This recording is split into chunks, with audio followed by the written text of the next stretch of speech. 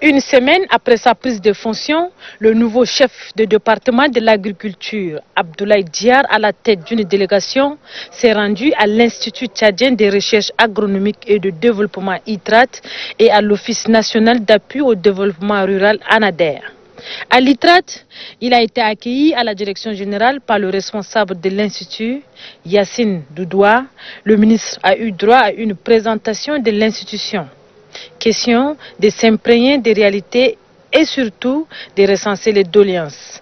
Après cette présentation, s'en est suivi une visite guidée à la bibliothèque et au laboratoire de recherche. Une visite qui a permis à la direction générale de déballer ce qu'elle a prévu pour la saison 2020-2021.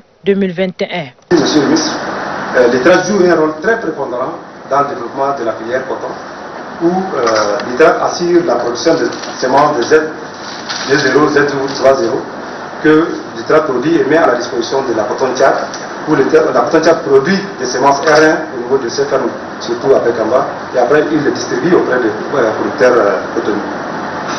Et en termes aussi de production de semences maraîchères, je pense qu'il est prévu la production de 1 tonne de semences maraîchères, et aussi 1 620 000 boutures de manioc qui est prévu, et 64 500 plants fruitiers sont prévus pour cette campagne.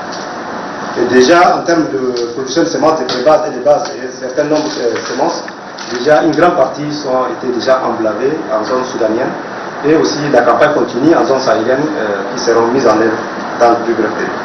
Après l'ITRAT, la délégation du ministre a mis le cap sur l'ANADER. Ici, le ministre Abdoulaye Diar a eu également droit à des explications. Hassan Guini explique les démarches faites pour faire face aux multiples problèmes de l'ANADER. Nous avons aussi procédé à une évaluation pour voir ce qui répondait au profil de l'ANADER et ce qui ne l'était pas.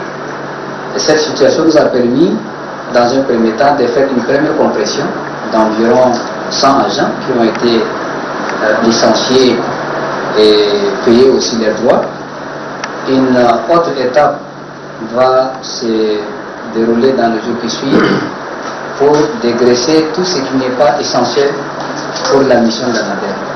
Pour faire face à ces défis, le ministre se montre rassurant. Bien qu'il y ait des difficultés, je suis quand même satisfait de ce que mes techniciens m'ont suggéré. Et bien sûr, il y a des problèmes. Il y a vraiment des problèmes, mais on va chercher des voies et moyens pour lever au moins ces problèmes-là. Le maréchal a déjà décaissé un fonds alloué à ces deux institutions, en l'occurrence l'ANADER et l'ITRAT.